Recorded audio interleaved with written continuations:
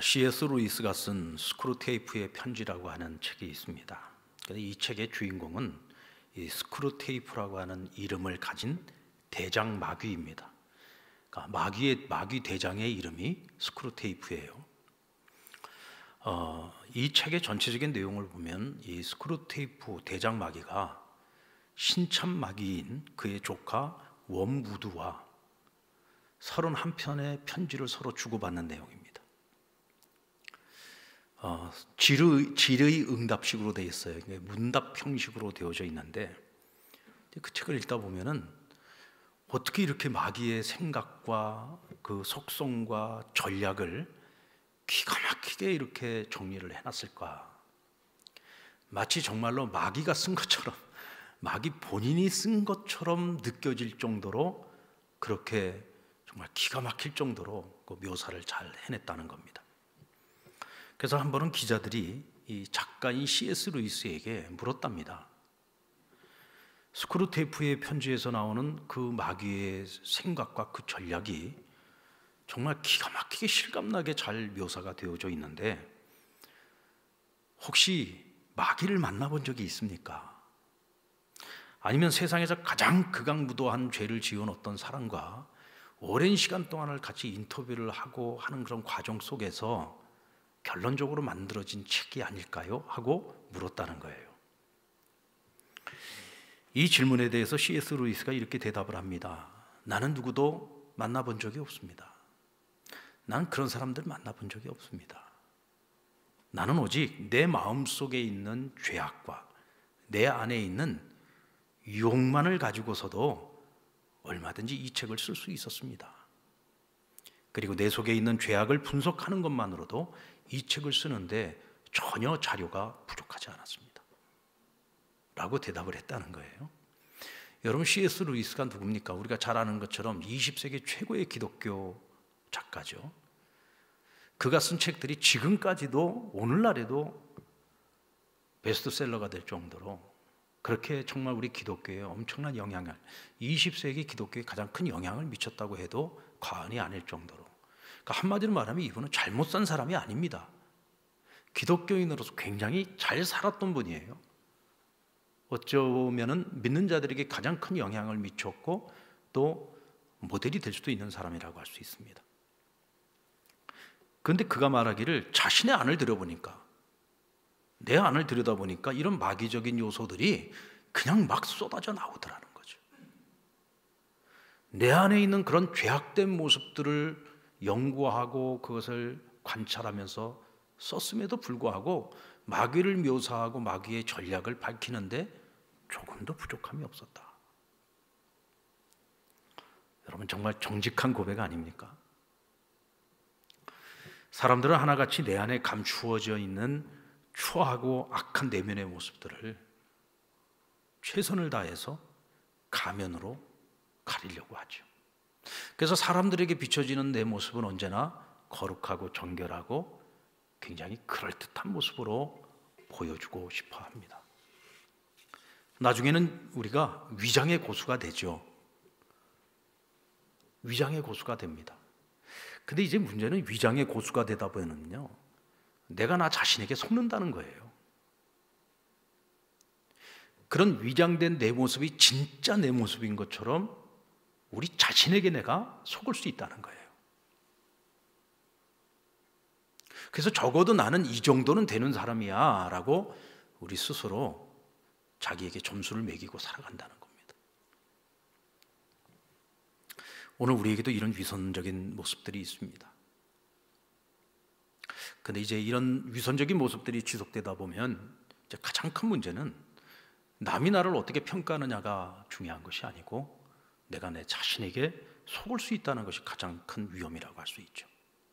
자, 오늘 본문에 보면은 마지막 만찬 자리에서 오늘 주님께서 제자들에게 너희 중에 한 사람이 나를 팔 자다라고 말씀하셨습니다. 그러자 모든 제자들이 나는 아니지요 라는 반응을 보입니다. 심지어 이미 예수님을 팔기로 마음에 작정을 하고 대제사장들을 만나서 은 30을 팔고 주님을 팔아넘길 기회를 계속 엿보고 있었던 가룟 유다조차도 예수님께 나는 아니지요 라고 뻔뻔하게 예수님께 반응을 했다는 거예요.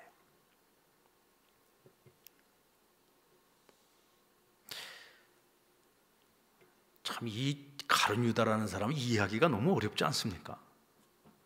어떻게 그럴 수 있을까? 주님께서 나를 팔 자가 있다라고 말씀하실 때에 자신의 그 모든 계획이 지금 다 들통난 거잖아요. 뭐 얼마나 깜짝 놀랐을까요?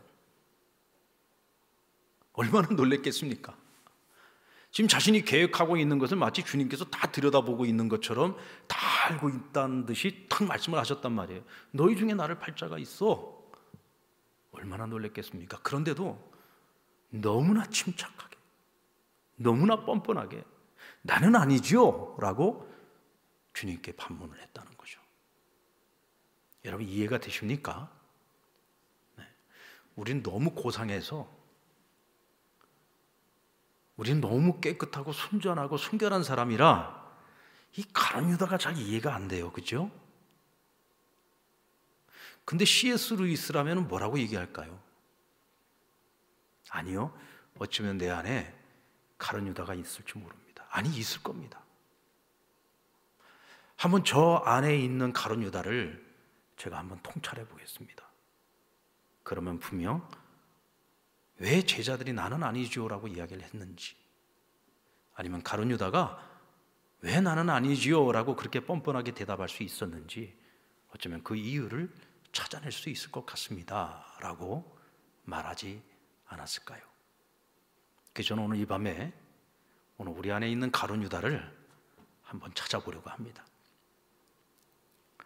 나는 아니지요 라는 말 속에 다른 사람은 그럴 수 있어, 하지만 나는 아니야 라고 하는 이 과대망상이 오늘 제자들에게 다 있었다는 것을 알 수가 있어요.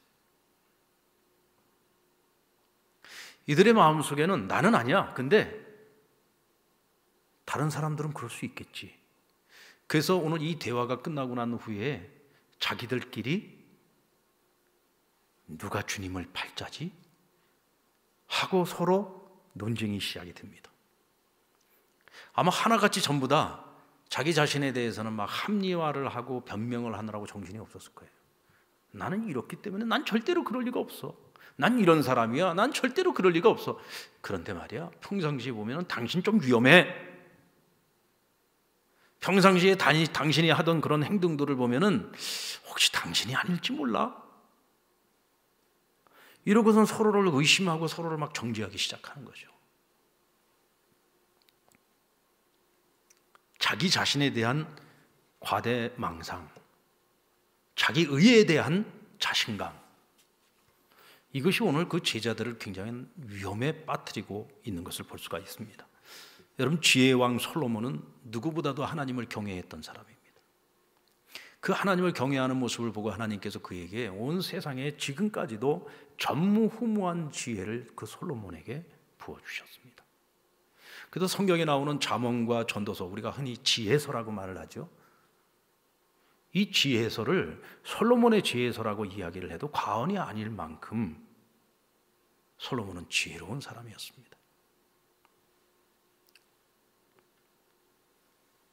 그리고 그가 말하고 있는 모든 지혜의 핵심이 무엇인가요? 그가 말하고 있는 모든 지혜의 핵심은 여호와를 경외하는 겁니다. 여호와를 경외하는 것이 지혜와 지식의 근본이라고 그는 가르치고 있죠. 자, 그런데 솔로몬의 말년의 모습을 한번 볼까요? 열왕기상 11장 9절로 10절의 말씀입니다. 우리 같이 한번 읽어볼까요? 시작. 솔로몬이 마음을 돌려 이스라엘의 하나님 여호와를 떠남으로 여호와께서 그에게 진노하시니라. 여호와께서 일찍이 두 번이나 그에게 나타나시고 이 일에 대하여 명령하사 다른 신을 따르지 말라 하였으나 그가 여호와의 명령을 지키지 않았으므로. 여호와를 경외하는 것이 지혜와 지식의 근본이라고 가르친 사람이에요. 세상에서 가장 어리석고 미련한 자가 누구냐? 여호와를 경외하지 않고 하나님을 부인하고 우상을 섬기고 불의한 자리에 서는 자다. 이렇게 가르친 사람이고, 또 하나님이 주신 지혜를 가지고 수없이 많은 글을 남겼고 가르쳤던 사람이에요. 그런데 오늘 그가 말하고 있는 세상에서 가장 어리석고 미련한 자가 되고 말았습니다. 어쩌다가 솔로몬이, 그렇게 지혜로운 사람이 하나님께서 2번씩이나 나타나셔서 우상을 버리고, 나를 떠나지 말고 우상을 버리고 다시금 내게로 돌아와 하나님 말씀 위에 바로 서라. 주님께서 2차례에 걸쳐서 그에게 친히 찾아오셔서 말씀을 하셨다는 거예요. 그런데도 불구하고 그는 자신에게 찾아온 그 기회를 놓치고 말았습니다. 결국 하나님을 버리고 떠나서 우상을 섬기는 악한 길로 따르고 말았죠. 그리고 그의 인생의 마지막은 참 안 좋게 끝이 납니다. 하나님께서 그의 아비 다윗을 보시고 당대에 그를 심판하지 않았지만 그 자식대에 가서 나라가 둘로 갈라지고, 그 이후로 이스라엘이 참 비극적인 길을 걸어가지 않습니까? 왜 그러면 솔로몬은 이런 덫에 걸리고 말았던 걸까요? 그는 스스로 자신이 하나님이 주신 지혜로 말미암아 가장 지혜롭다고 생각을 했던 사람이에요. 그래서 글도 남겼고 가르치기도 했습니다. 자기가 스스로 지혜롭다고 여기다가 보니까 나는 아니지. 난 지혜로운 사람인데 내가 어떻게 그렇게 어리석은 자의 길을 걸어갈 수 있어? 라고 생각을 했던 겁니다. 스스로 지혜롭다고 여기는 것이 이렇게 위험한 거죠. 가끔 의사들 가운데 이렇게 암에 걸리시는 분들이 있어요. 전에 한번 우리나라 이 암의학 쪽으로 굉장히 유명하신 의사 선생님인데, 이분이 자기가 그렇게 말기암이 올 때까지 자기가 암이라는 사실을 몰랐어요. 그분이 나중에 어느 방송에 나와가지고 얘기를 하는 걸 제가 들었는데, 그분이 그러는 거예요. 내가 암에 걸릴 줄은 몰랐습니다. 자기가 암에 걸릴 줄은, 왜냐하면 자기가 암 전문가니까 자기가 암에 걸릴 줄은 몰랐다는 거예요. 왜 그랬을까요? 왜 나는 암에 걸릴 거라는 생각을 못했을까요? 누구보다도 나는 암에 대해서 가장 잘 알고 있고, 다른 사람이 암에 걸린 사람들을 가장 잘 치료하는 사람이기 때문에 설마 내가 암에 걸릴 거라고 하는 것은 전혀 생각을 못했던 거죠. 내가 그 분야의 최고라는 생각 때문에 교만해지고, 그 교만한 것 때문에 방심하고 말았던 거죠. 여러분, 내가 병을 잘 아는 것과 병을 잘 고치는 것과 내가 건강한 건 다른 거예요. 실제로 이런 경우들이 굉장히 많습니다. 솔로몬 역시도 잠언 3장 7절 말씀에 보면 스스로 지혜롭다고 여기지 말라. 여호와를 경외하며 악을 떠날지어다 라고 자기가 얘기했던 말입니다. 본인이 얘기했던 말씀입니다. 근데 자기 스스로가 그 덫에 걸린 거예요. 스스로 지혜롭게 여기다가 스스로 악한 길로 빠지고 만 겁니다. 그래서 여러분, 우리는요, 우리 안에 선한 것이 없다는 사실을 우리가 늘 인정하고 살아야 돼요. 우리 안에 선한 거 없습니다, 여러분. 내가 예수 믿고 주 안에서 살아가고 있으니까 그래도 내 안에는 선한 것이 아직 많이 있어. 아니요. 성경은 우리에게 분명히 말하고 있습니다. 너희 안에 선한 것은 없어. 우리 스스로가 의인이라는 생각을 어느 한순간이라도 내가 하고 있다고 한다. 그건 큰 착각입니다. 굉장히 위험한 거예요. 어쩌면은요, 저 같은 경우도 제가 목사라는 사실 때문에 굉장히 위험할 수 있습니다.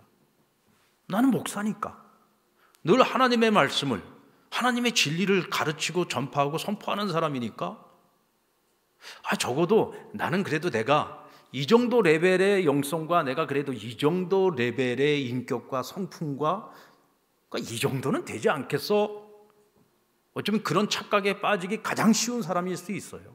왜? 내가 늘 가르친다는 이유 때문에 내가 적어도 그 정도는 되는 사람이지라는 착각에 빠질 수 있다는 거죠.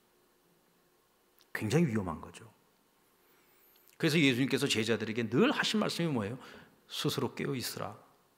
근신하여 깨어 있으라 그래서 근신한다는 말은 뭐예요? 정말 조심해야 된다는 얘기입니다. 너희 중에 나를 팔자가 있다라고 주께서 말씀하실 때에 주님께서 그들에게 기대했던 것은 어쩌면 내가 그 한 사람일 수 있어라는 생각을 제자들이 해주기를 원하셨던 거죠.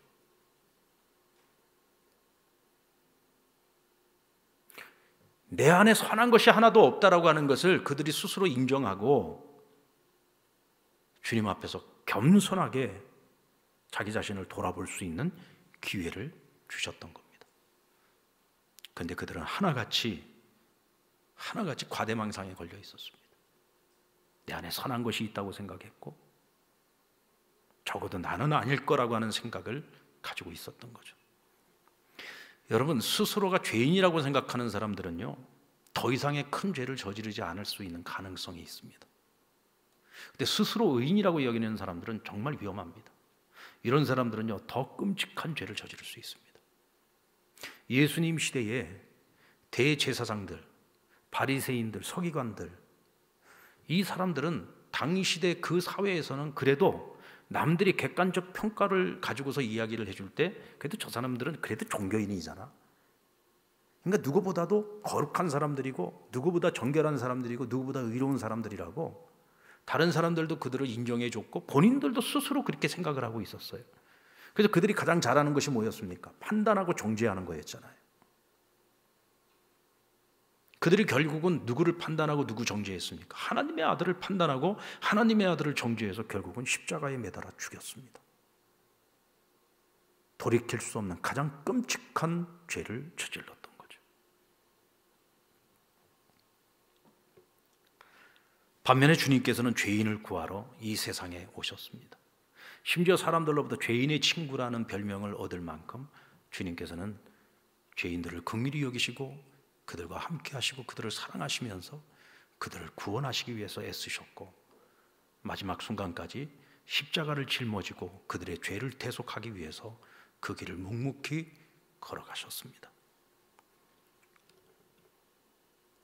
여러분, 스스로 내가 죄인임을 아는 사람은요, 적어도 설마 나는 아니지요 라는 말은 하지 않을 겁니다. 오늘 우리 가운데 나는 아니지요 라는 생각이나 마음을 가지고 계시는 분들이 오늘 있다면, 어쩌면 오늘 이 말씀을 보시면서 나는 아니지요, 주님, 적어도 나는 아니지요 라는 생각을 가지고 있다면 우리 조심해야 됩니다. 주의해야 됩니다. 왜냐하면 우리의 마음이 어느 사이에 교만해졌고 어느 사이에 우리가 방심하고 있기 때문에 그렇습니다. 솔로몬이 나도 한순간에 어리석고 미련한 자가 될 수 있다는 생각을 단 한 번이라도 했다면 그의 말년은 이렇게 끝나지 않았을 겁니다. 예수님 시대의 대제사장이나 바리새인 서기관들이 내가 죄인이라는 사실을 한 번이라도 생각했다면 그들은 주님을 그렇게 십자가에 매달아 죽이지 않았을 겁니다.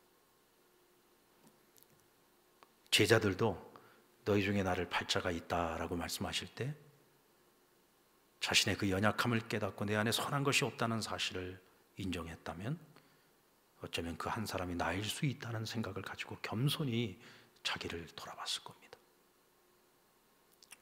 여러분, 오늘 저와 여러분에게 그런 겸손한 자기 점검이 있기를 주님의 이름으로 축원합니다.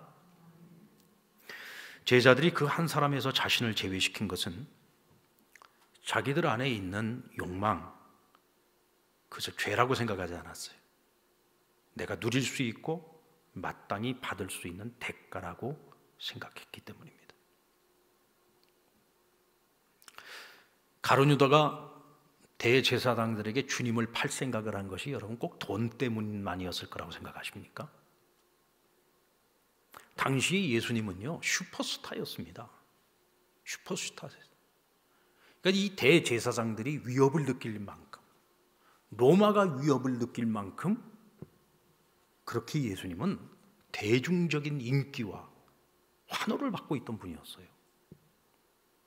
예수님의 몸값이 은 30밖에 안 될까요? 가룟 유다가 정말 돈에만 눈이 어두워가지고 예수님을 팔았다면, 제가 만약에 가룟 유다라면요 예수님 은 30에는 안 팝니다. 오늘날로 하면 적어도 몇 억 정도는 몸값을 제시하고 그래도 충분히 그 돈을 받아낼 수 있는 위치에 있었어요. 입장에 있었습니다.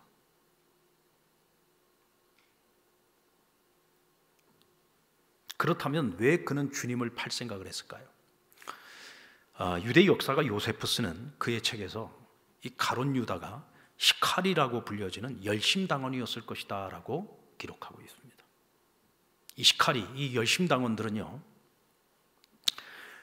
그들의 원조는 이 마카비 혁명을 일으켰던 이 마카비 이 가문은요, 끊임없이 이스라엘을 독립시키기 위해서 그 제국주의 세력들과 계속해서 혁명을 일으키고 계속 다투어왔던 그런 아주 그 열혈당이었어요. 그들의 원조입니다, 원조.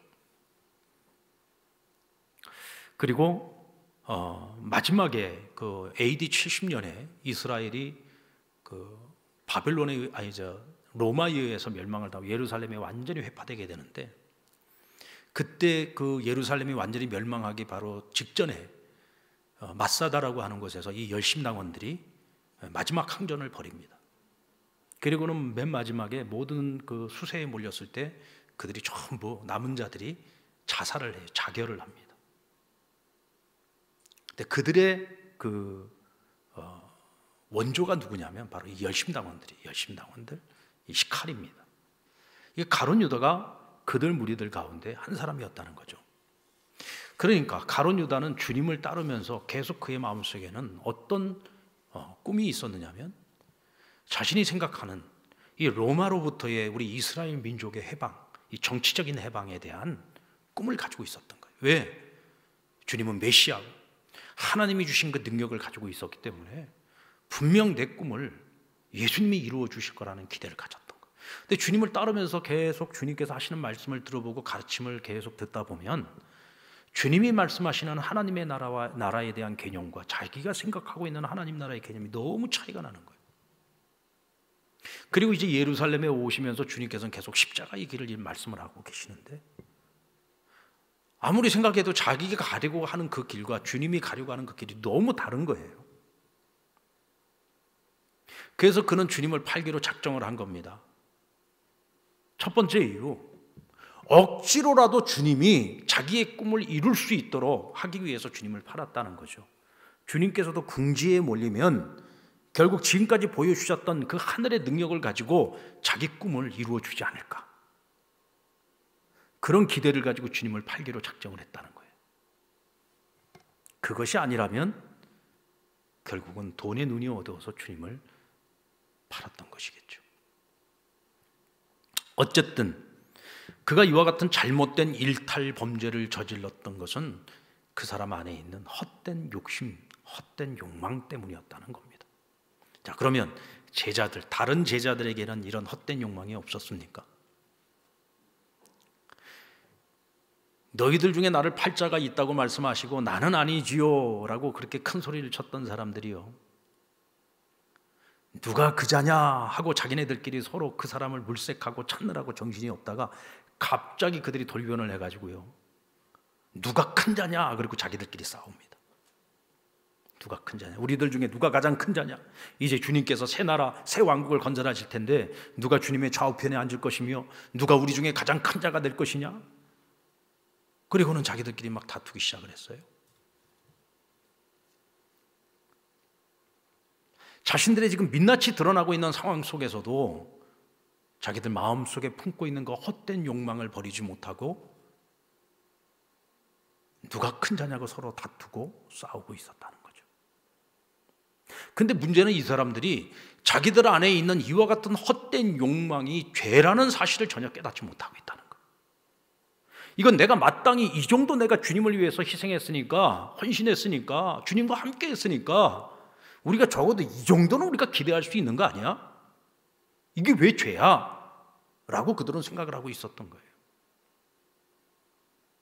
근데 여러분, 정치적인 욕망, 권력에 대한 욕망, 돈에 대한 욕망, 이거 다 한 끗 차이입니다. 다 거기서 거긴 거예요. 가룟 유다가 예수님을 팔아넘는 이 큰 죄를 저질렀던 것은 그 안에 있는 헛된 욕망 때문이었다면 다른 제자들도 그 헛된 욕망 때문에 가룟 유다가 아니면 누구든지 예수님을 팔아넘길 수 있는 똑같은 죄성을 가지고 있는 사람들이었다는 거예요. 가룟 유다뿐만이 아니라 다른 모든 제자들의 마음에도 선한 것이 없어요. 헛된 욕망을 갖고 있는데 그것이 죄인 줄도 모르고 있다는 거죠. 가룟 유다가 예수님을 팔았으니 망정이지, 만약 가룟 유다가 아니었으면 다른 제자들 누구도, 우리가 결과적으로 알지 않습니까? 주님 붙잡히시던 날에 다 도망갔잖아요. 심지어는 베드로는 주님을 3번이나 부인하기까지 했습니다. 한낱 계집 요정 앞에서도, 정말 아무것도 아닌 자 앞에서도 주님을 3번이나 부인하는 죄를 저질렀습니다. 그런 제자들인데 가룟 유다가 아니면 누군들 주님을 팔 자가 없겠습니까? 나라면, 나 정도라면 이라는 이 생각이 그들을 실수하게 만들고 돌이킬 수 없는 후회를 하게 만들었던 겁니다. 가룟 유다는 무슨 생각으로 나는 아니지요? 라는 반문을 했을까요? 그가 아무리 뻔뻔한 사람이라 할지라도 어찌 그 순간에 그런 말을 할 수 있었을까요? 여러분, 사람에게는요, 방어기제라는 것이 있어요. 이 이론을 1894년에 심리학자 프로이트가 처음 제창을 했는데, 사람은 자신을 어떤 위협으로부터 스스로를 방어하기 위해서 무의식적으로 자기 자신을 속이고 심리적인 상처를 회피하기 위해서 반응을 한다는 거예요. 근데 중요한 것은 뭐냐면 무의식적으로 반응을 한다는 겁니다. 그러니까 나를 어떤 위협으로부터 방해를 하기 위해서 무의식적으로 거짓말도 하고 무의식적으로 내가 상처받지 않기 위해서, 그것을 피하기 위해서 어떤 거짓된 말들로 나를 방어해낸다는 거예요. 참 그런 의미에서 보면은 이 평상시에 우리가 우리 마음을 잘 관리하는 게 굉장히 중요합니다. 여러분들, 생각하고 내가 행동하는 것과요, 무의식적으로 행동하는 것하고 어느 게 더 진실일까요?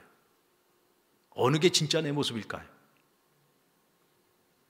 우리가 생각하고 말할 때는요, 위장할 수 있습니다. 그런 내 안에 있는 무의식적으로 툭 튀어나오는 말은요, 그게 진짜예요. 그게 그 사람인 겁니다.